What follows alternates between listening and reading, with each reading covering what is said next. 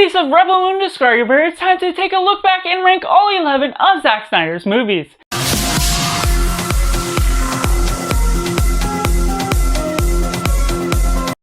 Welcome to Cinema, where we focus on the film. I'm Josh, this is Simply Cinema, and let me know down in the comments below how you would rank his movies from releaser to your favorite, so we can have a nice discussion down in the comments below. Make sure to like this video and enjoy it. Subscribe if you're not already to join in this film culture community where we talk about the love of cinema, but going right into it. In last place, we have Sucker Punch, one that's filled with a collaboration of different interesting ideas, but pulled off in an unparalleled and uninteresting way by the way you're having all of these different editing effects, where you're taking this basic storyline where these girls are trying to escape this orphanage or prison that's going about in a way that is just very unparalleled and something I did not expect to see. It's definitely unique, but it takes all of the action that is taking place in the real world and taking a fantasy look at how different things are going on, but with the way that all pans out, it's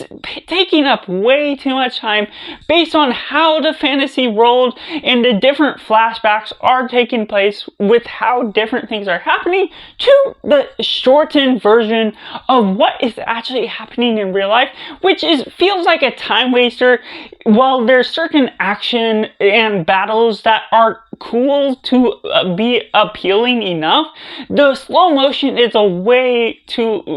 long takeaway from what you're really wanting out of the story as a whole. And coming in 10, we have Army of the Dead, a unique approach to the franchise and one that is his own twist and spin that's not handled by a different writer, that doesn't necessarily have the most appealing characters. It has some decent action, some interesting takes on what you're getting from the zombies, but they don't explore it anymore. You don't get too much culture outside of the very baseline characters that you get from the survivors and the actual humans to the zombies, where there's some unique zombies, but you're not getting anything else out of them outside of them being just different types that are almost taking the approach of being named character zombies, but you're not getting anything into the exploration of why they are a leader, why they look different,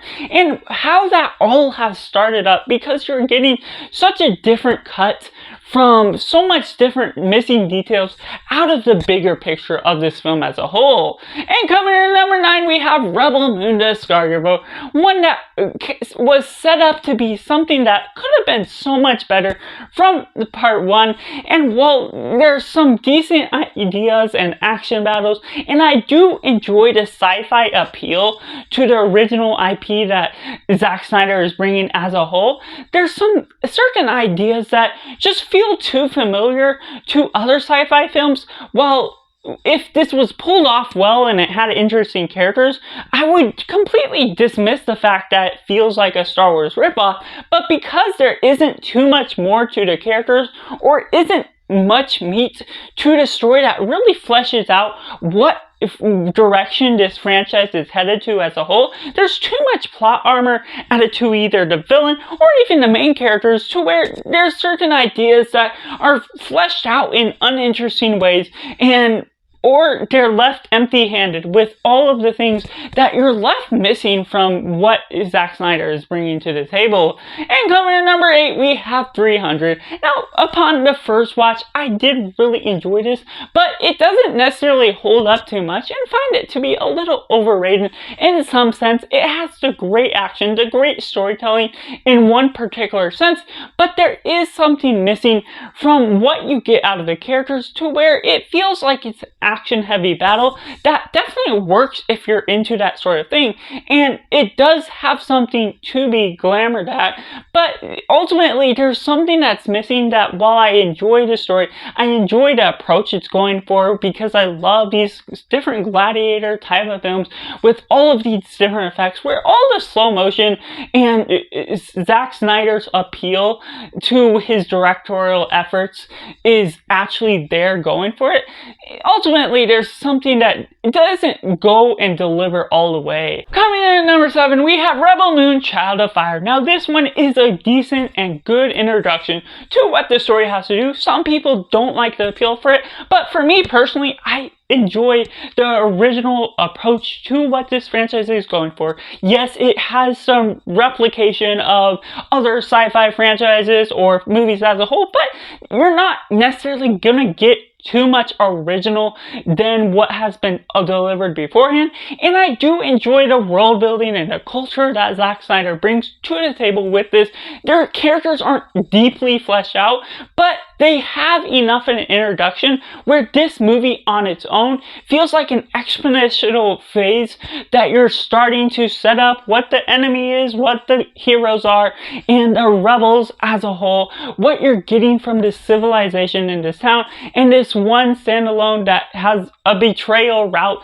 from where she has come from that becomes interesting enough for the setup that this franchise is taken for, that while the second doesn't necessarily deliver on what this movie sort of sets up it to be, there's something about the sci-fi appeal that while it isn't super well grounded, super unique for its own nature, I still enjoy all the different characters, all the different settings that you make the universe feel expanded upon, and building enough culture and interesting enough characters to be watching it again and again. And coming in number 6, we have Man of Steel, one that's a good natured look at Superman for what Zack Snyder has on the picture, and what you get out of all the effects. Hans Zimmer's score being so excellent, starting out the DCEU with a bang, and just being excellent by the nature of how they're exploring his characters. There's some moments that slow the pacing down a bit,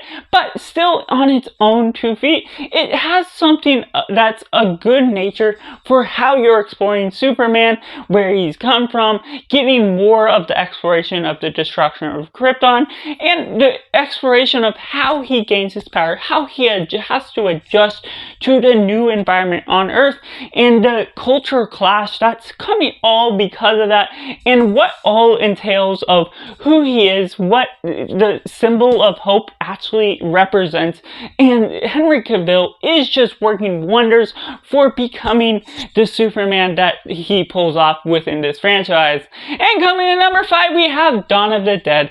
one that I explored for the first time for this ranking, that I just really enjoyed the zombie nature. The action is heavy-handed, and you can really see James Gunn's writing within the script that this pulls off, just being extra violent, extra gory, which I watched the unrated version for, and combining James Gunn's writing with Zack Snyder's direction just really pulls off something really excellent, that the slow-mo action doesn't bother me too much. There's certain pandering moments where you're not getting too much from the characters. There's a couple characters that you hate for the sake of you hating, but there's still something enough to be said about the nature of survival that this film brings out within human, how people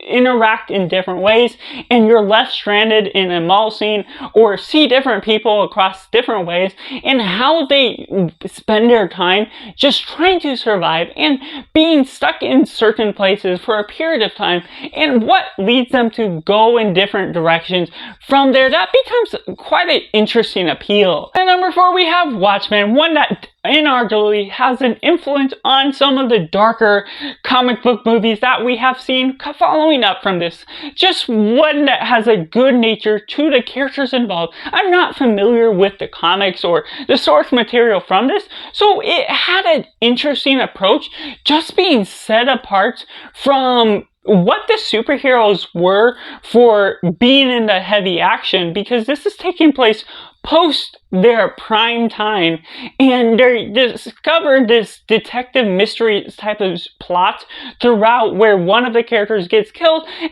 they have to resolve what is all going on, how they have to survive, and who is really the traitor or someone that's out to get them of the group. And so how that all pans out has an interesting appeal that still builds up the characters, builds up the chemistry of what you're getting from their different powers, having different different flashbacks that show what the appeal is really all about with these Watchmen characters as a team and as individuals. It becomes quite interesting, has a dark appeal that I really respect for its own time. And coming in number 3, we have Batman vs. Superman, the Ultimate Edition. Yes, I've never seen it from the theater edition, but the Ultimate Edition certainly has its great elements, and while this definitely does feel like it's been a little bit too soon for it to release within the franchise, being the 3rd movie of the DCEU, and it has a setup to Justice League, there's something that I still respect and enjoy: the environment,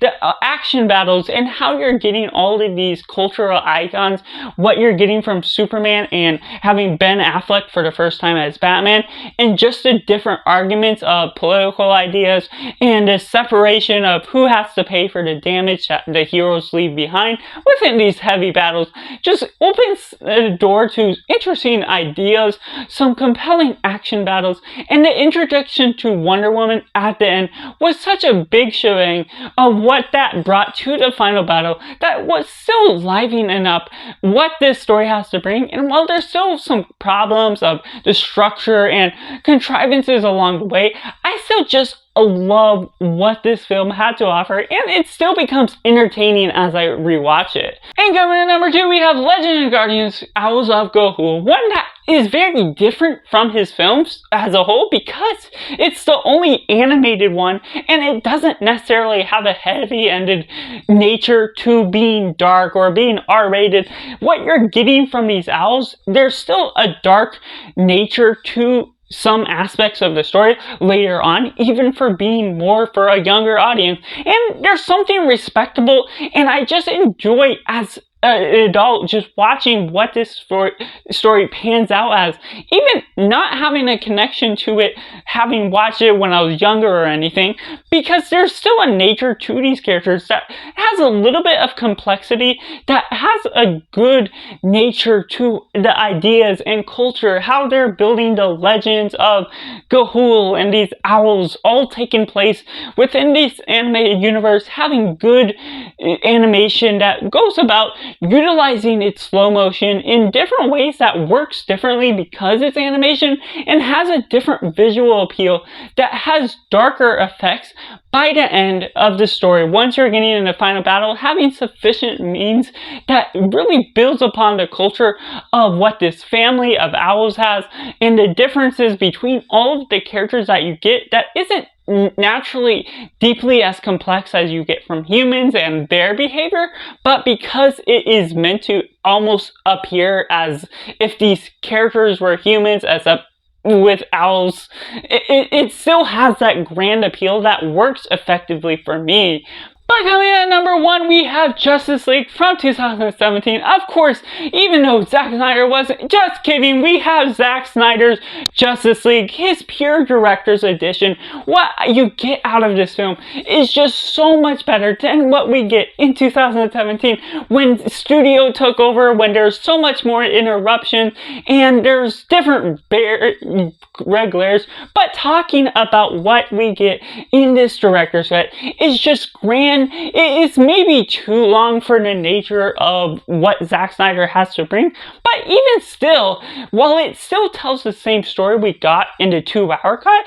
it expands so much on what we needed from particular characters, getting a little bit more from Cyborg and the Flash since we didn't get them previously to this film as a whole, and just getting the exploration, getting certain ideas that don't feel fully fleshed out because you're just getting certain characters, still feels like they're building up the group in a different way that feels like a great dynamic, almost similar to the Avengers, and how you're getting the battle, the build up to this tension that you get. The suspense really stands its test of time, and while I haven't really rewatched it ever since it first released, it still stands out in my mind as being a great film by the nature of the director's cut that is true to what Zack Snyder's vision was for this. You get all of the great action scenes, the great build-up of the scene, how they get together, the build-up and the tension of the villain as a whole,